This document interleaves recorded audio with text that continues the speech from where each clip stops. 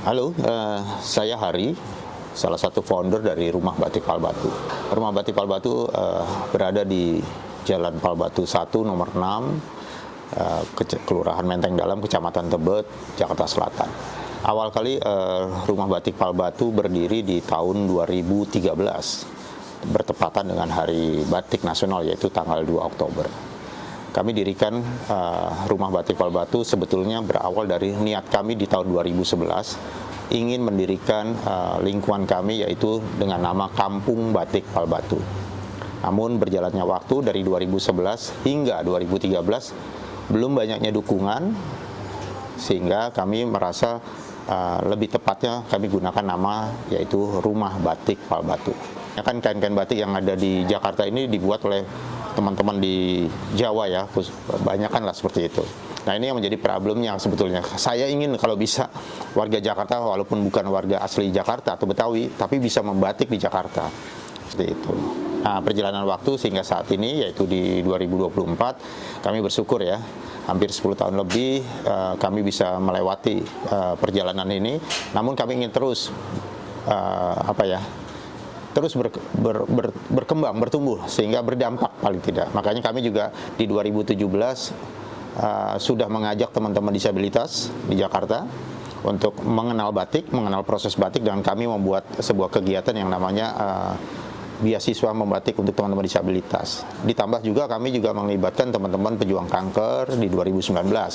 Lalu di tahun-tahun kebelakang ini setelah pandemi kemarin kami juga mengajak teman-teman Down syndrome.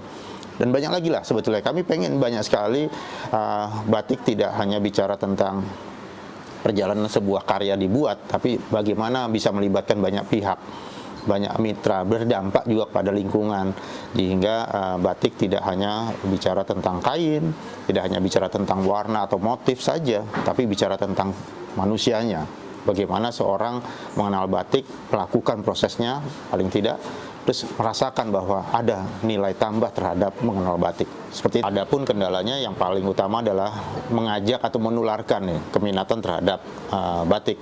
Apalagi sasaran saya adalah anak-anak muda, karena generasi muda lah yang akan melanjutkan ini batik ya ke depan.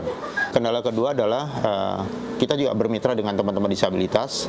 Pastinya khususnya teman-teman tunarungu atau tuli ya, adalah komunikasi, bahasa isyarat lah bahasanya. Itu yang menjadi kendala kami juga. Kami juga harus bisa sedikitnya paling tidak mengenal bahasa-bahasa isyarat yang mungkin jadi salah satu cara kita memperkenalkan batik gitu. Nah, batik yang asli adalah batik yang diproses ya. Sampai saat ini pun warga Jakarta yang memang sudah dibilang ibu kota Jakarta dari dahulu bahwa bisa membedakan batik asli dan batik tirunanya menjadi kesulitan buat mereka. Supaya warga Jakarta khususnya atau warga di luar Jakarta yang sudah hadir ke Jakarta ini bisa menjadi tempat salah satu pilihan alternatif untuk kegiatan mereka wisata ya. Itu juga bagaimana kita menarik mereka menjadi tertarik untuk wisatanya, salah satunya adalah membatik. Kami punya ratusan bahkan hampir 1000-an kain di sini yang harus kita bisa pasarkan dengan baik.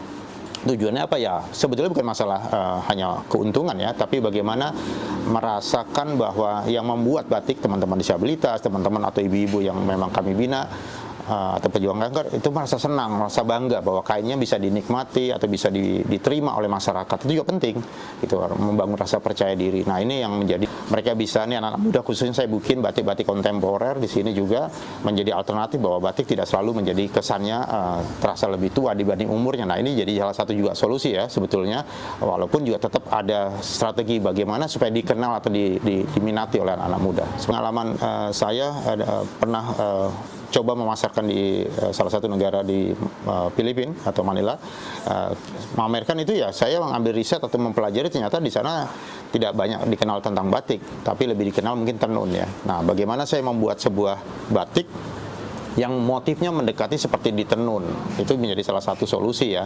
Hanya memang nih harus juga, kalau mau banyak negara lagi yang mau kita sasar ya, kita harus banyak lagi juga melakukan riset atau melakukan satu pemahaman bahwa kultur atau yang disukai oleh mereka apa, yang disenangi atau ingin dibeli itu yang mana gitu. Nah itu juga perlu. Sebetulnya kita juga butuh feedback dari pemerintah.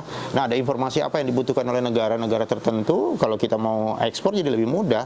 Itu ketimbang kita harus cari sendiri, menggali sendiri. Sebetulnya kalau di beberapa kedutaan besar atau konsulat atau bagian daripada memperkenalkan Indonesia di sana, kantor-kantor perwakilan Indonesia ya, beri informasi kepada kami sebagai pengrajin batik kalau ingin go internasional, sehingga kita tahu sedikitnya minimal ada modal mengenai banyak hal tentang masyarakat sekitar di sana atau daya belinya atau apa yang disukai itu.